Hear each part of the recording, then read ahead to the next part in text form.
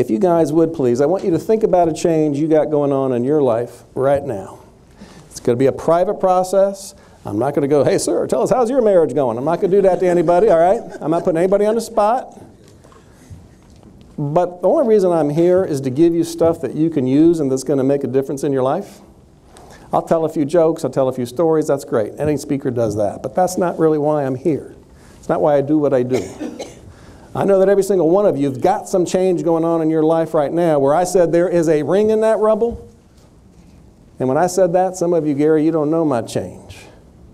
And if you did, you wouldn't tell me there's any ring in there. You wouldn't tell me there's opportunity in there, and I believe there is. And believe me, if you're not going through a major change right now, tomorrow, next week, next month, you will be. So be thinking about a major change you got going on in your life, professionally or personally, because you can apply this stuff at the same price. You can apply it at work or at home. And my job will be to give you tools to help you get through that. Okay? First off, the way I'm going to do that is I'm going to share with you the lessons I've learned. The 5 big lessons I learned. The first one is change always creates opportunities, and, because we've covered that, it's up to you to find them.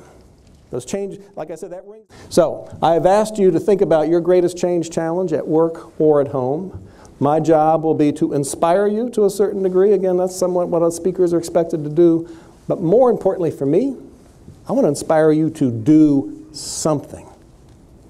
My goal is that when you get up and walk out those steps at the end of this evening, that you got at least a couple of ideas about what you're going to go and immediately apply that's going to make a difference in your life with whatever your change situation is. Now, the world record on that is, I say that to my audiences, and I had a guy come up to, here's what I'm hoping for you guys.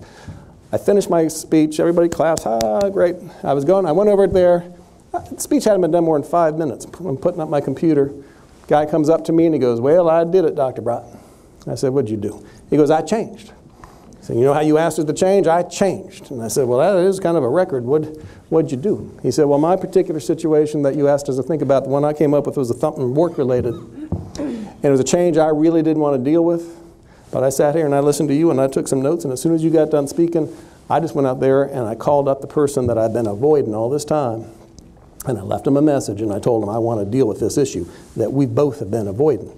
That's my hope for, is that you can pick up a nugget or two that will make a difference. And I'll share some other stories like that along the way. So inspiration plus applications, lessons I've learned. And when I talk about that, I talk about your organization and also you personally.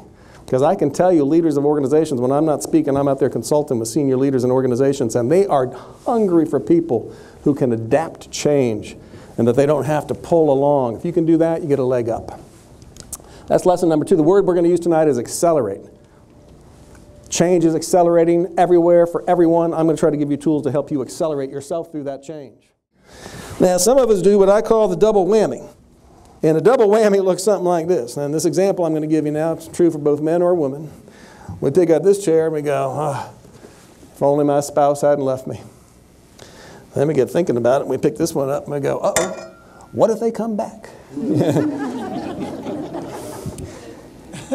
And here I am, holding on to these chairs, and there could be a big, fat, golden ring of opportunity that Michael or somebody else comes up and puts right in front of my face, just like some of you have that opportunity every day. There it is, but I can't grab it unless I do what?